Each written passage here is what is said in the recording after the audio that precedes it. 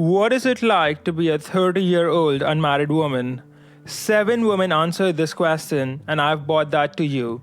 If you are a female, I highly recommend watching this video till the end because it might give you something interesting to think about and might just save your life. You see, the idea of being a single, childless woman traveling across the world being glorified on the internet, and some young women end up believing them. I have about 50,000 female followers, and sometimes they will ask me questions like, should I focus on my career or should I have children, get married, and do the family thing? In this video, I want to give you, my female readers and audience, more perspective so that you can make more informed choices in your life. All of the women that you're going to hear from now on are real women on Quora who were asked what it is like to be 30 and unmarried. And let's hear it from woman 1, who is 33 years old, tall, fair, beautiful, highly educated, and claims to earn a handsome salary. If I'm to answer this in one word, my answer would be tough. It's really tough. I'm a 33-year-old woman. I'm tall, fair, and beautiful. I really am. I'm highly educated and earning a handsome salary. I can cook and do all the household chores. Medically, I'm 100% fit, but the only disease that I have is that I'm over age and not yet married. Why am I calling it tough? Reasons are as following. All your relatives and neighbors keep on telling you the benefits of getting married and how important it is to get married in life. Your friends and colleagues keep on telling you the stories of their kids, and all you can do is listen to them as you don't have any stories of your own. Shopping is a big headache when your mom tells you not to buy many clothes, as it will go to waste because when you'll get married, you have to buy all new clothes. The awkward moment when a 3-year-old calls you Didi, eldest sister, and your brain starts thinking, had I been married at the right age, my own kid would have been elder than this kid. Family functions are all about food and more food. At this age, finding new friends is really difficult, as all your old close friends are married and they don't have time for you. Worst thing is people being judgmental, as I get to hear from almost everyone that at this age you should not be choosy, just find a decent guy and get married. Really? Is this thing written on my face that I'm being choosy? Biggest problem. Earlier, when a guy used to look at me, I used to blush. Now, when a guy looks at me, the only thing that comes into my mind is, he must be 5-6 years younger than me. Your younger cousins are married and have kids. Formula number 000. Fasting on XYZ days will solve your problem, and you'll definitely find a groom. In me. Really, auntie? But the problem is I can live without a husband, but I can't live without food. Most important point. When I was a child, education was the most important thing. When I grew up, having a career turned into the most important thing.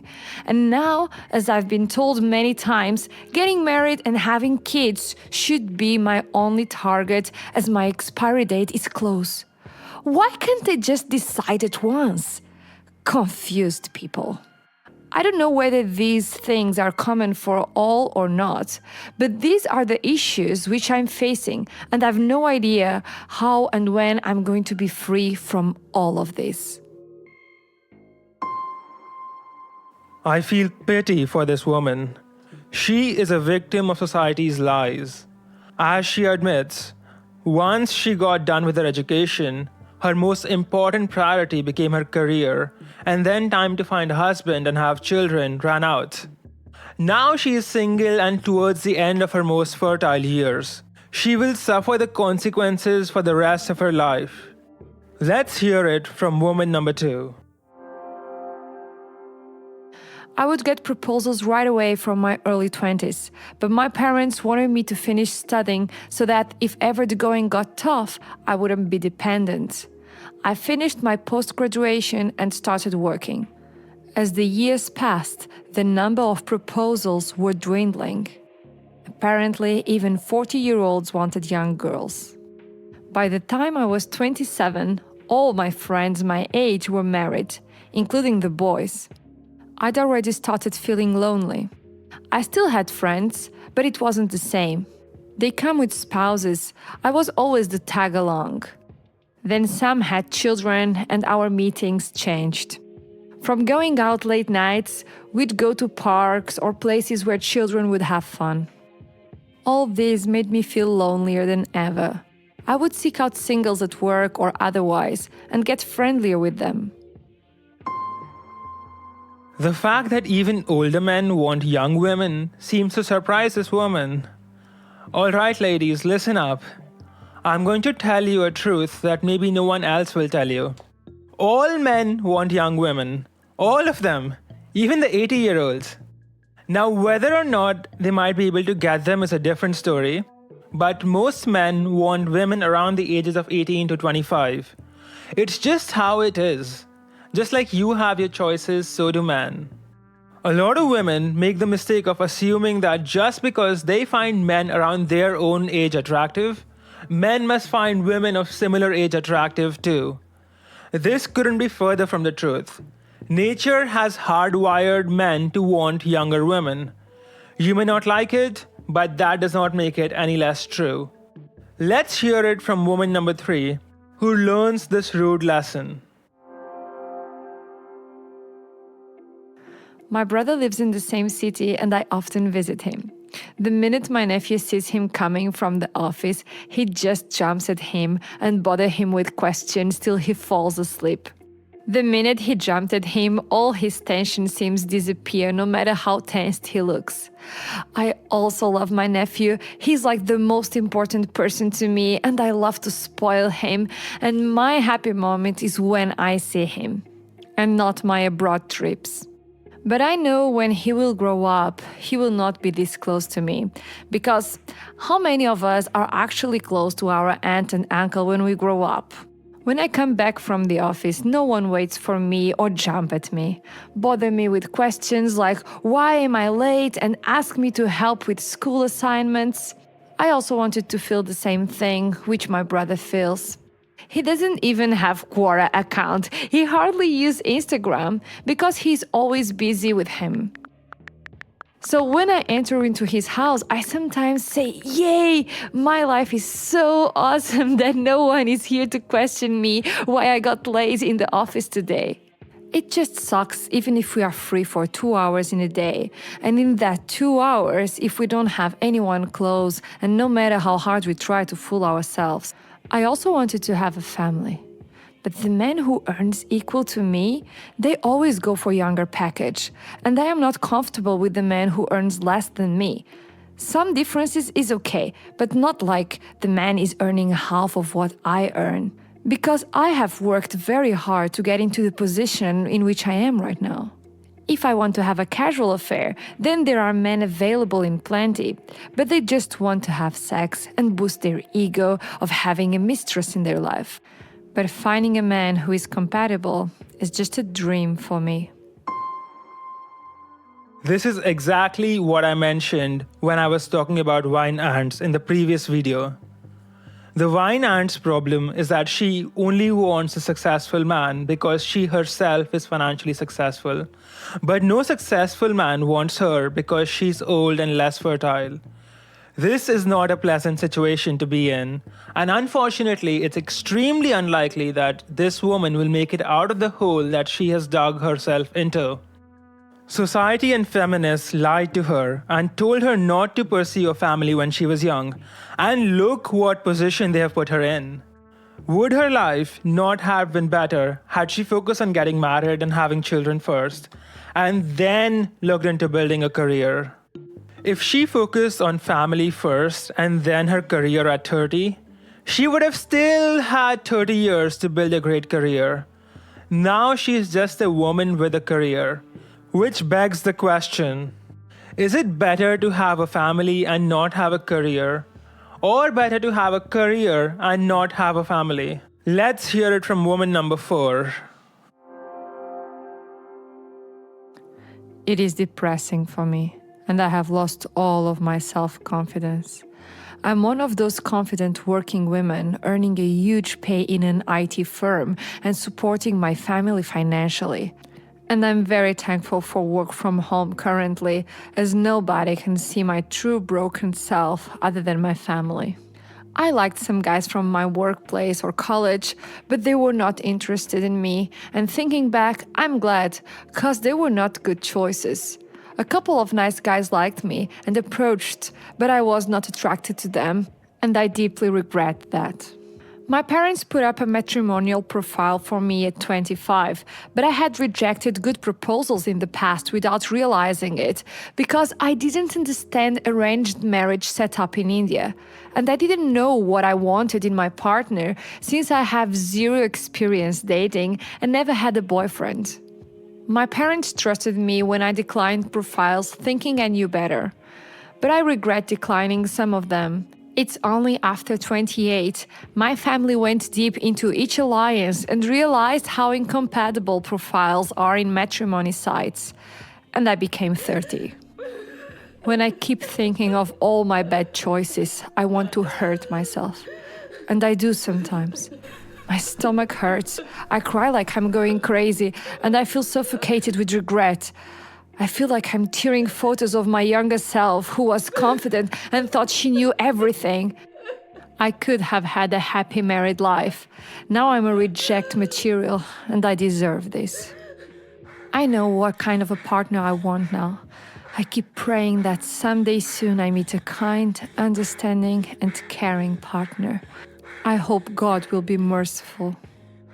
I want to become my old self who likes to go out with my family and friends, smile, laugh, listen to songs, watch movies, and sleep peacefully. This woman's story makes me feel very sad. She seems depressed and has lost hope. This has been one of the most uncomfortable videos I've ever published. Since you are an LMM reader, and a female LMM reader, most women can't handle LMM content. This is the type of bullshit I'm trying to save you from.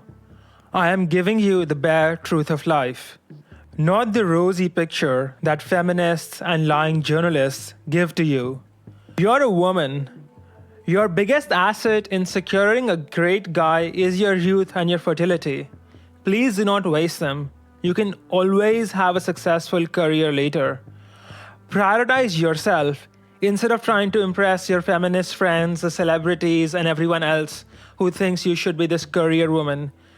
You do not want to be in this career woman's shoes. I wish this woman the best. My heart really goes out to her. But there is nothing that can be done to help her where she is right now. Let's hear it from woman number 5. Here's my limited truth.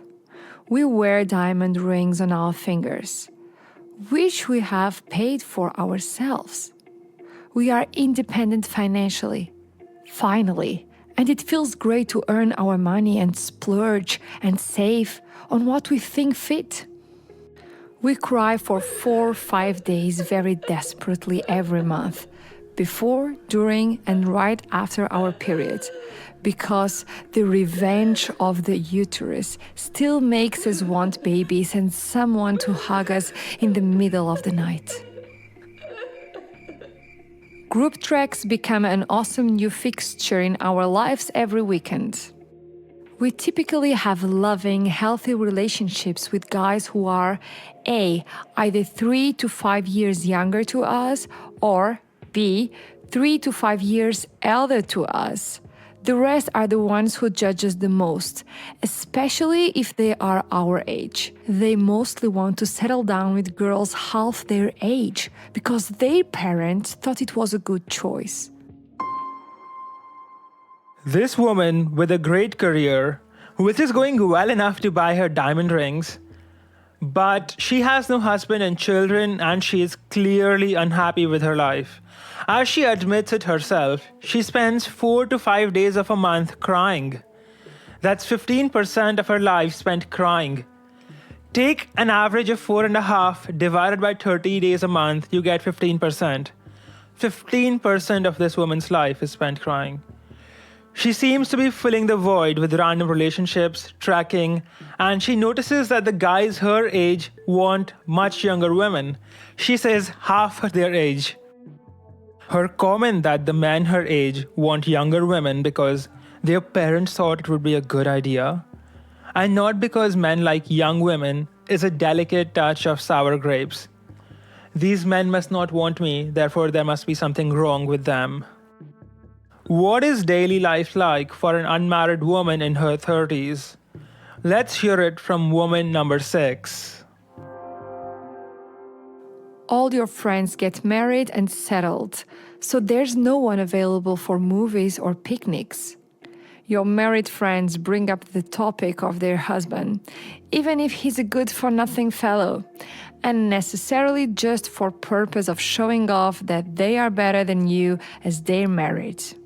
Your colleagues assume that since you do not have any domestic responsibilities, you must stay late for work and work the weekends. Your single status is a convenience to dump their work to you.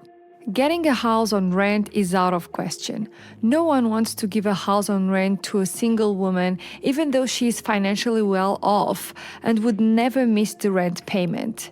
It's always families only, even if there's a chance of missed rent payments.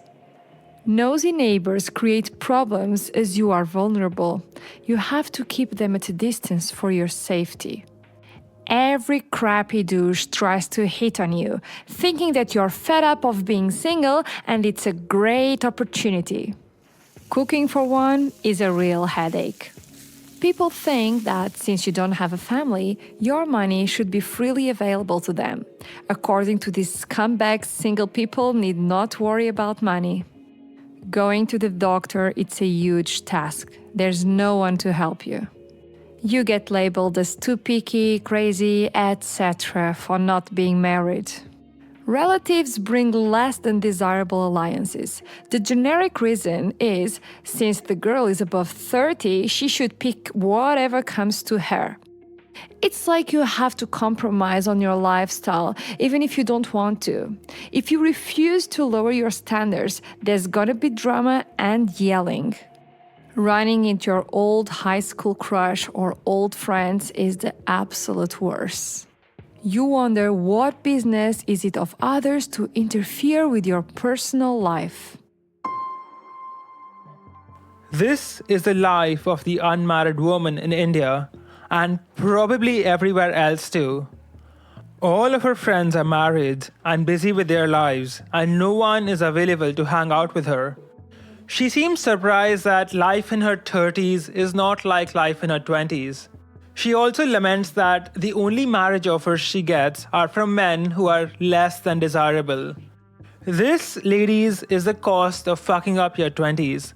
Especially as a woman, you will never get any younger. Looks like this girl will have to spend the rest of her life like this, or marry someone she considers less than desirable, another victim of feminism and bad life choices. And let's hear our final story of the day. Also a woman from Quora, woman number 7, who realizes where she has gone wrong and has some advice for the ladies. Why do people get married? Why do people want someone? Life can be led alone easily. There are so many things one can do to pass her time. Why do people take tension? Why one wants to handle responsibilities? Society got nothing figured out. These were my thoughts, and I was so proud of them. The key word here is was. I thought I had life figured out. I wanted to be independent, didn't need anyone, wanted to roam the world and do everything I like. However, all that starts to fade away as you grow older. At the age of 34, I don't have anybody in my life. When I was 23, my dad passed away, and my mom became my life. She was my best friend. She also passed away 4 years later. This was the first time I really felt so alone. Life is not meant to be led alone. We take many things for granted. We feel people will always be there for us, forever. However, it never works this way. Having passion, career goals, focus, and all is fine. However, you need someone. You don't need someone who will support you financially, because that is the easy part. You need someone who will pick you up when you are down. You need someone who will be your buddy. Divorced men, men who cheat, men who only want sex, are available in plenty. They will give you attention if you go out looking for them. However, this all will be an illusion you are creating for yourself. The moment they find someone better or get bored of you, they will leave you. I have screwed my life completely. I met wrong guys in my life and generalized everybody. I lied to myself throughout my life. Poor Conclure, and some final words. We just heard 7 different women's stories from their own mouths and what it is like to be an unmarried woman in your 30s. Now, I will admit, I was a little biased. I came across a few posts where the woman claimed to be happy even though she was unmarried. I don't know if that was her being honest or was just her lying to make herself feel better, but I only opted to pick the posts where the woman was not happy with her choice, which was the bulk of posts anyway. So I admit my biases. Of course, just because a woman is unmarried and old and childless does not necessarily mean that the woman is unhappy. Unhappiness and being unmarried or childless are not perfectly correlated. And of course, if I had looked for stories of women who are married, have children, and are unhappy or wish they had stayed single, I would have found those too. And of course, in that case, those stories would have been exceptions, not the norm, like they are in this case. The purpose of this post was to give you an alternative look at things. The one that the cool wine aunts don't tell their young nieces about when they tell them stories of their foreign trips and expensive wines. I wanted to give you a look at the side of the story that society opts not to show you when they tell you that men and women are the same. When they tell you that you should focus on your career and that you can figure out marriage and children later. The side of the story that is very common. In fact, this side of the story is the norm, so that you can make better choices in your life and that you are more informed. Now, I will not take the liberty of telling you what to do, at least not in this video. It's your life and you are free to live it how you want to. You have to make your own choices and live the consequences of those choices. All I want to do with this video was to tell you that maybe, just maybe, things don't normally work out like they do in television sitcoms. I hope that I've given you something to think about. For Life Math Money, this is your host Harsh Strongman. If you liked this video, please click the like and subscribe button and let me know what you thought in the comments below, especially if you are a female. And also make sure that you click the bell icon because that will notify you when a future video comes out, and they come out regularly. Alright, have a great day my brothers and sisters, and I will see you guys in a couple of days.